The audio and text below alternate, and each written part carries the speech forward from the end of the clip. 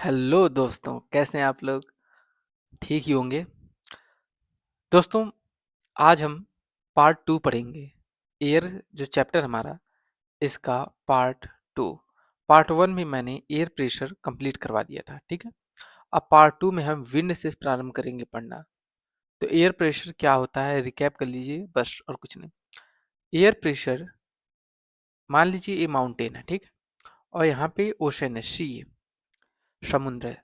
तो जब आप ऊंचाई की तरफ जाएंगे तो आप पे एयर प्रेशर कम होगा, और लेकिन आप जब धरातल पर रहेंगे तो आपके ऊपर एयर प्रेशर ज़्यादा रहेगा। कॉन्सेप्ट क्या है कि एयर की लेयर्स होती हैं। जैसे ही आप ऊंचाई पे जाएंगे आपके ऊपर एयर की कम लेयर आएगी। जब एयर की कम लेयरें आपके ऊपर रहेंगी तो आपके ऊपर एयर प्रेशर कम होगा।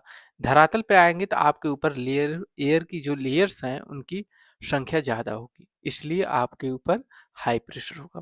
इन चीज़ों को समझाया आपको? चलिए आगे विंड से शुरू करते हैं हम। विंड, विंड क्या है? The movement of air from high pressure area to low pressure area is called wind. Wind क्या है? मतलब कि जब एयर जो होती है, हवा जो होती है, हाई प्रेशर एरिया से लो प्रेशर एरिया को चलती है तो विंड कहलाता है। You can see wind at work as it blow dry leaves down the pavement और uproot tree during the storm. आप विंड के कार्य को देख सकते हैं। जब विंड क्या करती है, ब्लो ड्राई, बाहर ले जाती है सूखे पत्तों को, और leave down and payment payment और अपरूट ट्रीज, और पेड़ों को जड़ से उखाड़ देती है ड्यूरिंग द सॉरी स्टॉर्म्स। मतलब जे तेज आंधी तूफान जब आते हैं तो पेड़ों को जड़ों से उखाड़ ले जाती है। समटाइम्स व्हेन थोड़ा सा तबीयत खराब है हमारी, फिर भी sometimes when the wind blows gently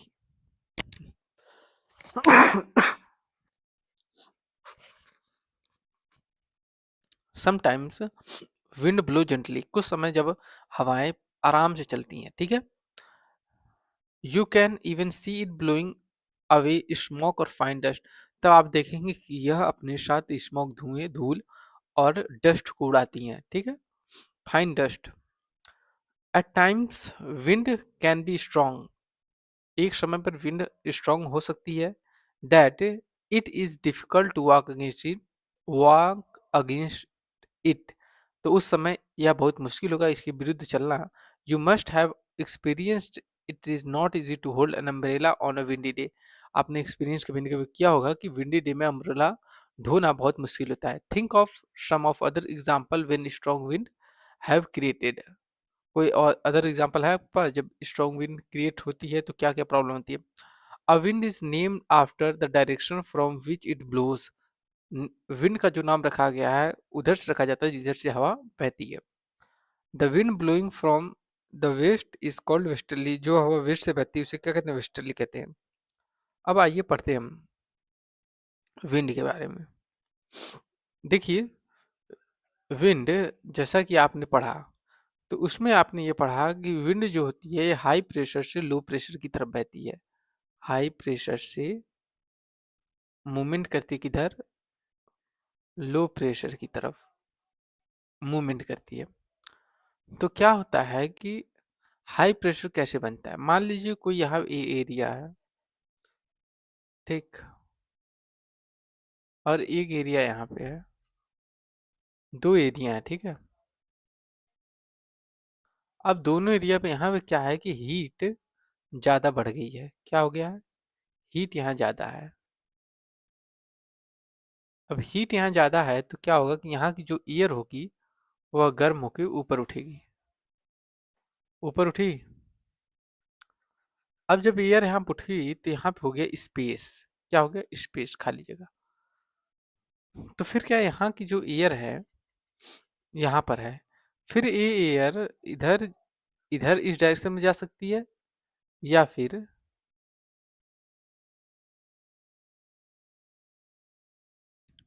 ठीक है इस डायरेक्शन में जा सकती है, या फिर इस डायरेक्शन में। मान लीजिए इस डायरेक्शन में आती है तो यहाँ पे ऑलरेडी एक एयर है। जब ये कि यहाँ आती है तो आते आते यहाँ पे कोल्ड हो जाती है। कोल्ड हो जाएगी तो सिंक होगी, नीचे बैठेगी। तो यहाँ पे ऑलरेडी एयर है, जब ये एयर बैठेगी तो इसके ऊपर दबाव पड़ेगा, ये इधर और इधर दोनों किसी दिशा में भागेगी। तो इधर भागेगी, क्यों इधर भागेगी? क्योंकि यहाँ पे जो है यहाँ पे लो प्रेशर मतलब एयर गर्म होके ऊपर उठ गई है। तो जो एयर गर्म होके ऊपर उठ गई, लो प्रेशर क्रिएट हो गया, तो यहाँ पे जगह क्या हो गया, यहाँ पे क्या जगह खाली हो गई, एयर जब ऊपर उठ गई। तो जब यहाँ पे जगह खाली हो गई, तो उस जगह को फिल करने के लिए दूसरी तरफ से हवाएं आएंगी। तो यहाँ पे इधर से हवा आएगी, क्यों इधर से ही आएगी? क्योंकि यहाँ पे हाई प्रेशर बना है, क्योंकि यहाँ पे एयर ठंडी होकर बैठ रही। जब एयर बैठती है दबाव बनाती है, दबाव बनाएगी, जो नीचे की एयर है वो इधर उधर भागेगी। तो ज्यादातर किधर आएगी? जहाँ पे लो प्रेशर में जहाँ पे स्थान खाली, उस स्थान को फिल करेगी। इस तरह एयर का मूवमेंट शुरू हो जाता है। क्या शुरू होता है? एयर का मूवमेंट शुरू होता है। यही चीज है। अब एक कॉन्सेप्ट है कि ये रहा धरातल, ठीक है, और ये रहा वाटर, ठीक है। तो ये रहा आपका वेस्ट डायरेक्शन, आप यहाँ खड़े हैं, और ये रहा ईस्ट डायरेक्शन, ठीक है।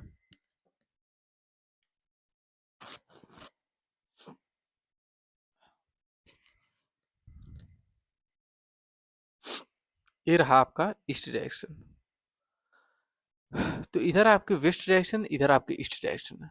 तो दिन में क्या होता है कि आप जब खड़े होते हैं हम, तो दिन में धरातल जल्दी गर्म हो जाता है। तो धरातल की एयर जो है, लैंड की एयर गर्म होकर ऊपर उठ जाती है, तो यहाँ खाली स्थान बन जाता है। तो इस स्थान को फिल करने के लिए इधर की जो ओशन है, उधर से हवाएं लैंड की तरफ चलती है। जब लैंड की तरफ चलती है तो आप इस हवा को क्या कहेंगे? आप कहेंगे ईस्टर्ली। क्यों? किधर से आ रही? ईस्ट से आ रही है। तो जो चीज जिधर से आएगी उसका नाम वही पड़ेगा। तो यह ईस्ट से आ रही है ना, इसका नाम ईस्टर्ली होगा। फिर रात हो जाती है। अब रात में आप खड़े हैं, रात में क्या होता है कि ये जल्दी ठंडा हो जाता है। क्या जल्दी ठंडा हो जाता है? धरातल। और जो लैंड है और वाटर है वह गर्म रहता है। गर्म रहता है तो इसकी हवा एयर ऊपर उड़ जाती है। जब इसकी एयर ऊपर उड़ जाती है तो हवा किधर चलती है? इधर से। इस जगह को फिल करने के लिए हवा इधर से चलती है। किधर चलती है? ठीक है, रुकिए, इसको सेपरेट कर दिया हूं मैं, ठीक। तो हवा क्या करेगी? इधर से चलेगी, इधर से जाएगी, कहाँ जाएगी? इस स्थान को भरने के लिए। तो इस स्थान को फिलअप करेगी। तो रात में हवा किधर चल रही है? वेस्ट से चल रही है। इस हवा का क्या नाम देंगे हम? वेस्टर्ली। मतलब जब लैंड की तरफ से जिस दिशा से हवा चलेगी, हवा का वही नाम होगा, विंड का वही नाम होगा, ठीक है। आगे, आगे हमारा है, यह एक मैप है। इसको हम लोग बनाना सीखेंगे, फिर पढ़ेंगे। चलिए बिना देरी के बनाता हूं मैं यहाँ पे, और आप भी बनाइए जिससे आप सीख पाएंगे इसको।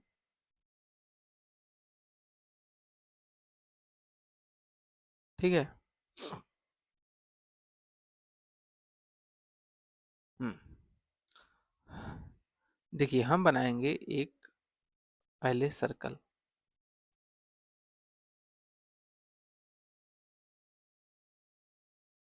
आप भी बनाइए। इसके बाद यहाँ पे 0 डिग्री पे क्या है? इक्वेटर है। क्या है? इक्वेटर है। फिर यहाँ 5 डिग्री का एरिया नॉर्थ में, और 5 डिग्री एरिया साउथ में।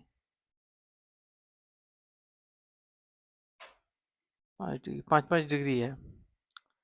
कितने कितने डिग्री? 5 5 डिग्री।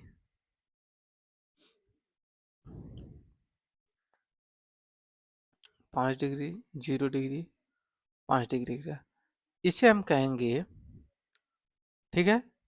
ये कौन सा प्लेस है? इक्वेटर हमारा है। 0 डिग्री पे इक्वेटर, इक्वेटर। फिर इधर आएंगे, हम यहाँ बनाएंगे ए और ए सब tropical,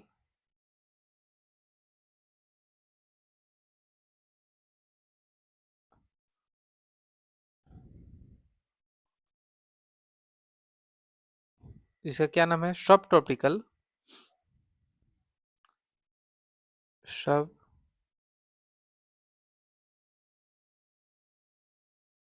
tropical high pressure, high pressure, सब ट्रॉपिकल हाई प्रेशर। ये कौन सा है? ये भी है सब tropical high pressure, high pressure. और इसी को हम कहेंगे हॉर्स लेटीट्यूड। यह कितने से कितने डिग्री पीछ है? 30 से 35 डिग्री नॉर्थ और 30 से 35 डिग्री साउथ, ये दोनों की तरफ पड़ेगा। तो हाई प्रेशर से हवाएं लो प्रेशर चलेंगी। ये रहा लो प्रेशर, लो pressure area, low pressure tropical लो प्रेशर एरिया, ठीक है।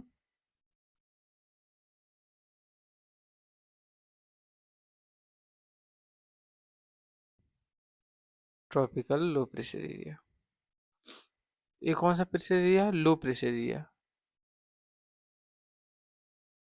इसमें कई कॉन्सेप्ट आपका सही मतलब तैयार हो जाएगा। तो लो प्रेशर एरिया है, तो हवाएं किधर चलती हैं? हाई प्रेशर से लो प्रेशर की तरफ। तो हवा इधर से इधर आएगी, ठीक है। हाई प्रेशर से लो प्रेशर की एरिया, पहले आप इतना समझिए। अब जो हवा जिस दिशा से आती है उसका नाम वही होता है। तो यह कहाँ से आ रही है? यह आ रही है नॉर्थ ईस्ट ट्रेड विंड। और ये कहाँ से आ रही है? इसका नाम है साउथ ईस्ट ट्रेड विंड। ये यहाँ से आ रही है, ये यहाँ से आ रही है, ठीक। फिर आगे चलने पर होता है ये कि आगे चलने पर यहाँ पे एक और क्रिएट होता है। ये रहा सब पोलर लो प्रेशर,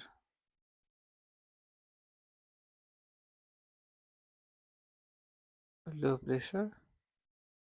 फिर यहाँ पे हाई प्रेशर दिखा देता है। इसी प्रकार यहाँ पे भी सब पोलर लो प्रेशर, यहाँ पे हाई प्रेशर दिखा देता है। आगे हमारा क्या है? बोर मत होइएगा, ठीक है, सीखिए बस। तो ये रहा 60 डिग्री पर और ये भी रहा 60 डिग्री पर। बहुत आसानी से समझ आ जाएगा आपको। यहाँ तक हो गया हमारा। तो सब ट्रॉपिकल हाई प्रेशर जो होता है, उधर से हवाएं कितने लो प्रेशर ट्रॉपिकल एरिया में हवाएं चलेंगी। अब यहाँ पे डोलड्रम की स्थिति होती है। कहाँ पे? लो, यहाँ पे इक्वेटर के ऊपर। इक्वेटर के पास कौन सी स्थिति? डोलड्रम की स्थिति होती है। यहाँ मौसम बहुत शांत होता है और व्यापार के लिए ये जगह बहुत अच्छी होती है। यहाँ पे नावें चलती हैं, डूबने का खतरा कम रहता है। फिर जब लो प्रेशर बनेगा तो हवाएं पीछे की तरफ आएंगी, मतलब हाई प्रेशर से लो प्रेशर की तरफ आएंगी।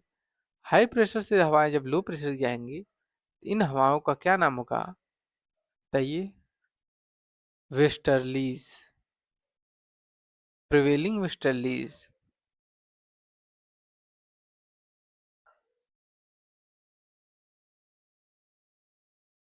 Westerly, prevailing westerlies. कौन हवा है ये वेस्टर्लीज है।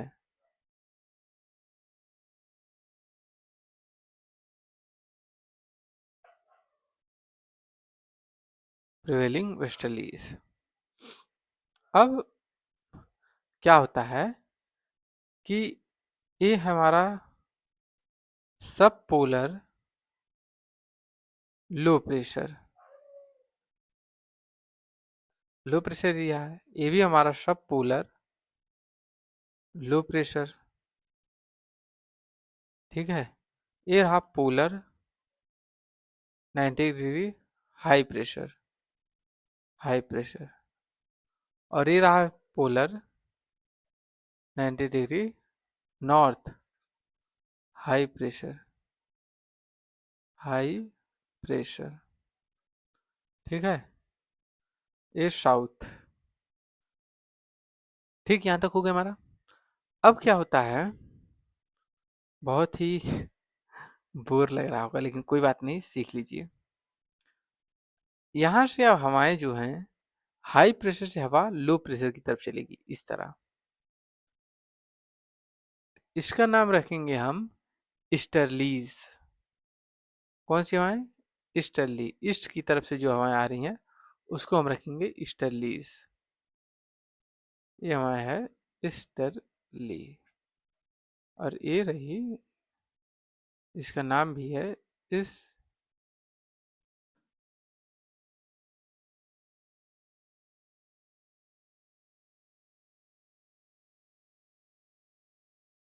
ठीक है, इसका नाम भी हमारा क्या है? ईस्टर्ली। ईस्टर्ली, ईस्टर्ली, इसका हवा नाम भी ईस्टर्ली क्यों? क्योंकि यह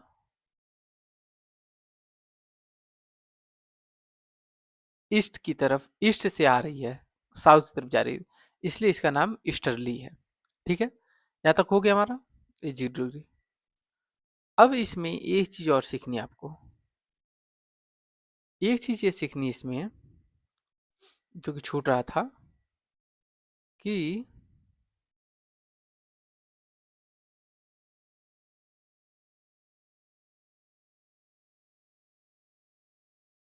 यहाँ पे इक्वेटर कौन कौन से थे। यहाँ पे ट्रॉपिक इक्वेटर हो गया, और ये 23 डिग्री पर, 23 से 1/2 डिग्री पर ट्रॉपिक ऑफ कैंसर है, और यहाँ पर 33 डिग्री पर, 33 डिग्री पर, सॉरी, 23 से ½ डिग्री पर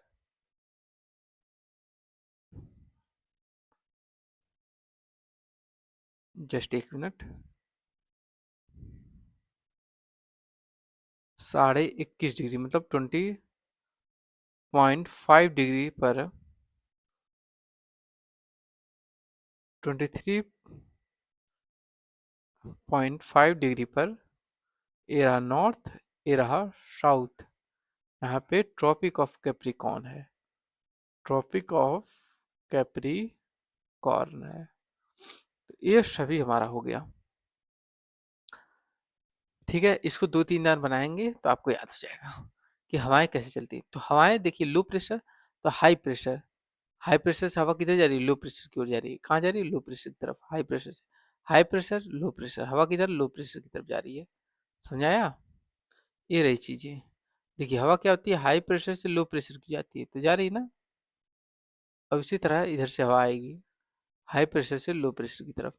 फिर देखो ये वाली हवा जा रही है हाई प्रेशर से लो प्रेशर की तरफ, ये हवा लो प्रेशर से हाई प्रेशर की तरफ, सॉरी हाई प्रेशर से लो प्रेशर की तरफ आ रही है। इसी प्रकार यह सर्कल चलते रहता है। हवाएं हमेशा लो प्रेशर से, देखो हाई प्रेशर से हवाएं किधर? लो प्रेशर की तरफ चलती हैं। ठीक है, आगे यहाँ तक हो गया हमारा। अब आगे हम पढ़ेंगे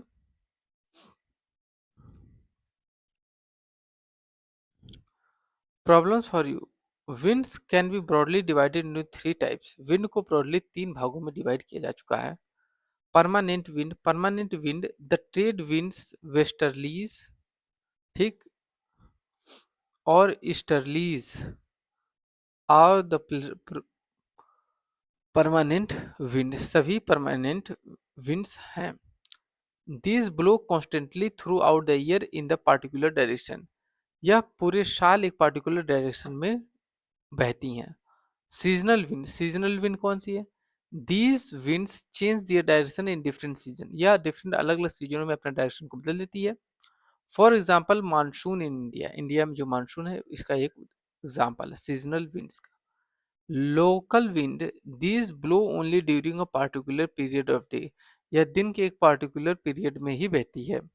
और year in a small area, और किसी स्मॉल एरिया में, किसी ईयर में, मतलब एक particular year, particular day, only during a particular period of day और ईयर, मतलब साल के और दिन के किसी पार्टिकुलर डे और पीरियड में ही यह हवा बनती है। For example land and sea breeze. ठीक है, जो मैंने बताया लैंड की ओर चलने वाली जो ब्रीज होती है वह लैंड ब्रिज, और सी की तरफ से जो चलती है उन्हें सी ब्रिज कहा जाता है।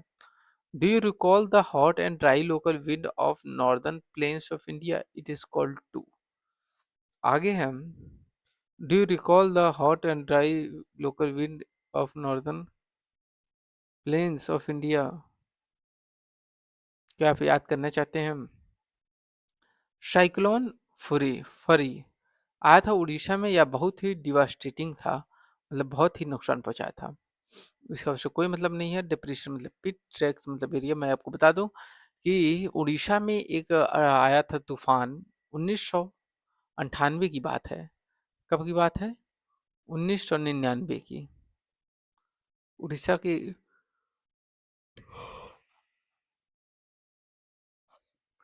उड़ीसा की, ठीक है।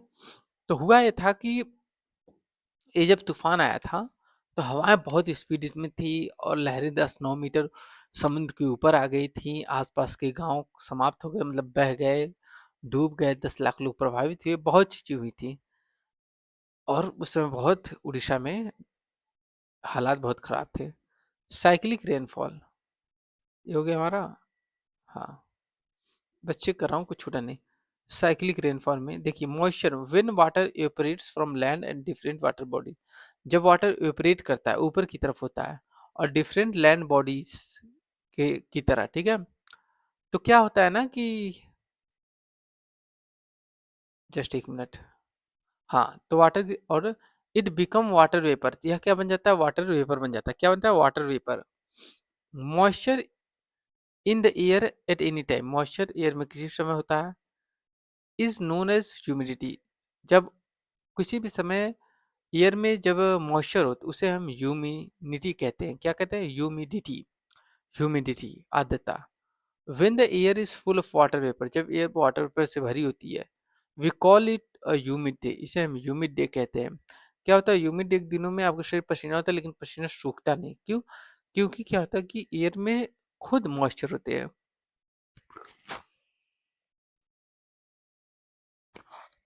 एयर में खुद मॉइस्चर होते हैं, ठीक है। आगे है कि as the air gets warmer, जैसे ही एयर गर्म होती है, its capacity to hold the water vapour increase, इसकी कैपेसिटी वाटर वेपर इंक्रीज करने में बढ़ जाती है। And so it become more and more humid, और ये बहुत ज़्यादा ह्यूमिड बन जाती है। On humid day clothes take longer to dry sweat from our body. तो क्लॉथ्स बहुत ज़्यादा समय ले लेते हैं कपड़ों को सुखाने में, और हमारे बॉडी की जो स्वीट है वो भी काफ़ी समय लेते हैं। Does not evaporate easily, easily evaporate नहीं होते। Making us feel very uncomfortable, जो कि हमें या बहुत ही अनकंफर्टेबल बनाता है, ठीक है।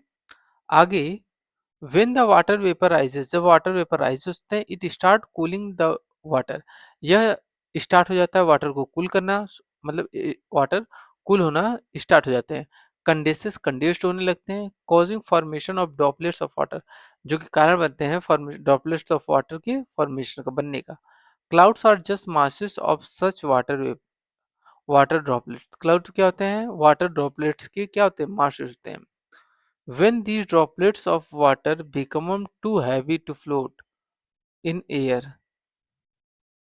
when these droplets of water, जब यह droplets of water जो होते हैं become very heavy or float in air, और एयर में तैरते रहते हैं, then they come down as a precipitation, तब यह नीचे किस तरह आते हैं? बारिश की तरह आते हैं, ठीक है।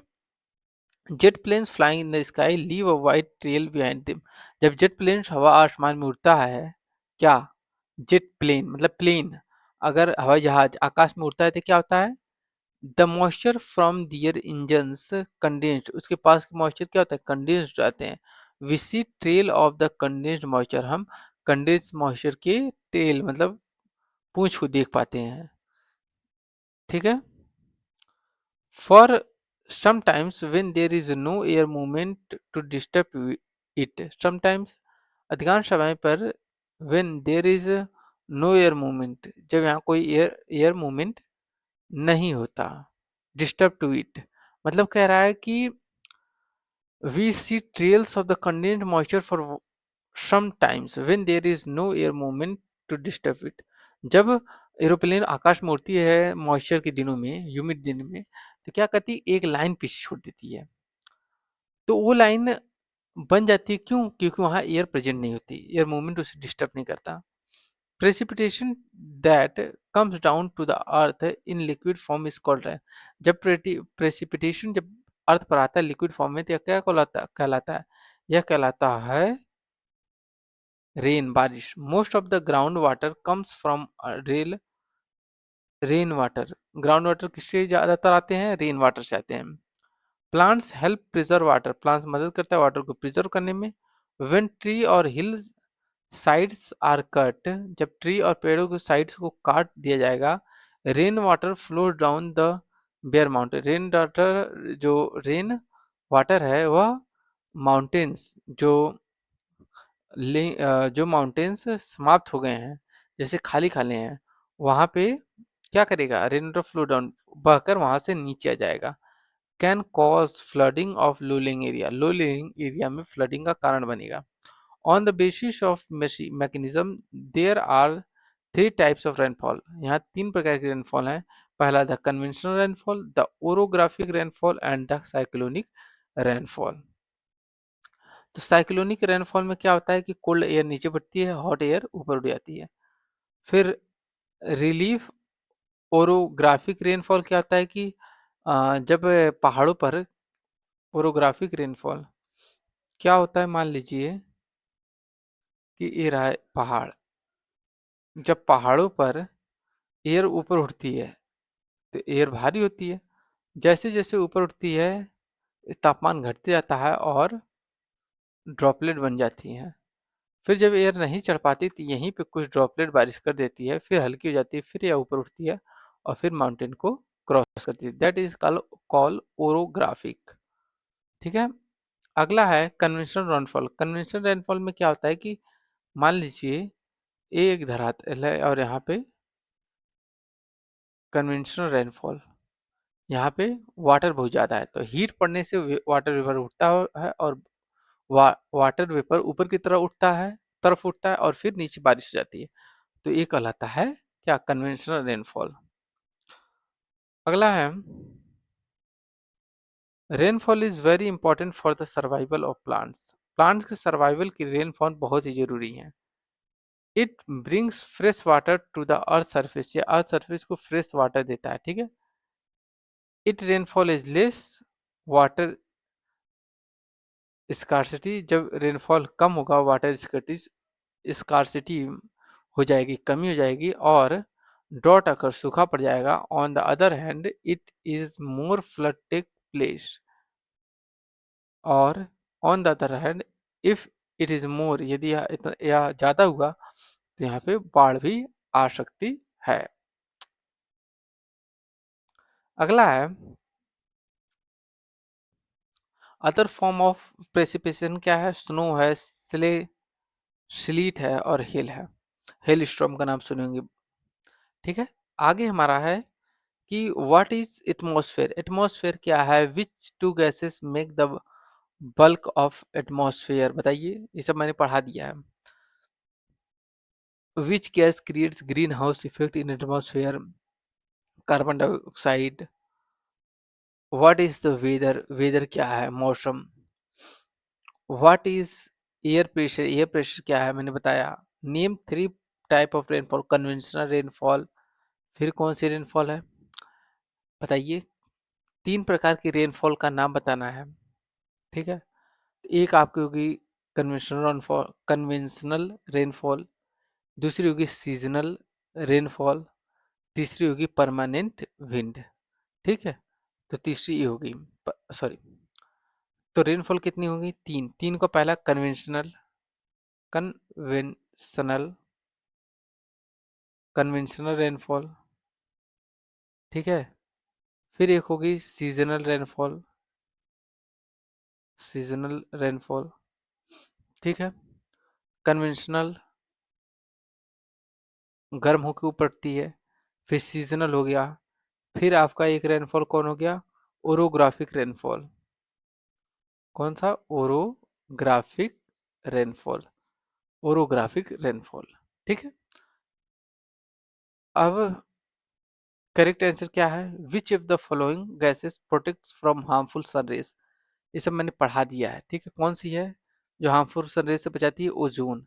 The most important layer of the atmosphere, atmosphere सबसे इंपॉर्टेंट लेयर कौन सी? Troposphere, thermosphere, mesosphere. बताओ। मीजोस्फेयर, क्योंकि यहाँ पे ओजोन पाई जाती है। तीसरा है which of the following layer of the atmosphere free from clouds? Troposphere, cloud से मुक्त होते हैं। Stratosphere, clouds. ये क्वेश्चन बहुत डिफिकल्ट है। Which of the following layer of the atmosphere is free from clouds? Clouds से कौन सी एयर फ्री होती है बताइए? ट्रोपोस्फेयर पे क्लाउड ही क्लाउड होते हैं, ट्रोटोस्फेयर जल स्ट्रेटोस्फेयर होता है, फिर उसके ऊपर मेसोस्फेयर, तो मीजोस्फेयर पे नहीं होते। ठीक है। As we go up the layer of the atmosphere the pressure increase.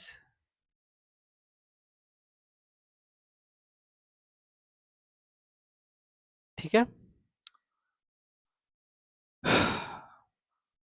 ये क्या था यार? हम जस्ट एक मिनट। हाँ, तो क्या हम पढ़ रहे हैं कि as we go up layers of atmosphere the pressure, जब हम एटमॉस्फेयर की लेयर को पर ऊपर की तरफ बढ़ने लगेंगे। मान ली एटमॉस्फेयर की लेयर है और हम यहाँ पे हैं, हम ऊपर की तरफ आए, अब हम यहाँ आ गए, तो हमारे ऊपर प्रेशर बढ़ेगा घटेगा? प्रेशर घटेगा। ठीक है। Decrease when precipitation come down to the earth in liquid form, जब इस कॉल्ड लिक्विड फॉर्म में जब प्रेसिपिटेशन होगा तो क्या कहलाता है? रेन कहलाएगा, मतलब वर्षा बारिश। ये हो गया, ये हो गया, ये बता दिया हमने। चलिए, वेदर और क्लाइमेट हमने बता दिया, ये सब। अब एक चीज और हमने बताना था, इंसुलेशन क्या होता है। तो इंसुलेशन में बच्चे थोड़ा सा प्रॉब्लम में आ जाते हैं। तो इंसुलेशन क्या है कि जैसे जब हीट आता है सन का ना, तो डायरेक्ट क्या होता है, इक्वेटर पे हीट बहुत ज़्यादा पड़ता है। सन की सबसे ज़्यादा रेस कहाँ आती है? इक्वेटर पे। तो इक्वेटर पर हीट बहुत ज़्यादा होता है। लेकिन जब यह किरण जो होती है, ये जब इधर जाती है पोल्स की तरफ, तो यह कम पहुंच पाती है सन की रेस, तो इधर का मौसम कोल्ड होता है। समझ में आया? यही है क्या, इसी को हम कहेंगे इंसुलेशन। क्या कहेंगे? इंसुलेशन। समझ आया गया होगा इंसुलेशन क्या है? इंसुलेशन क्या है कि जब सन किरणें छोड़ता है अपनी हीट, तो धरती पर जो हीट आती है, तो क्या होता है कि सबसे ज़्यादा हीट जो है वह इक्वेटर पे लगती है। कहाँ पे? इक्वेटर पे। और इसके बाद ये पोल पर ली हीट बहुत कम आ पाती है।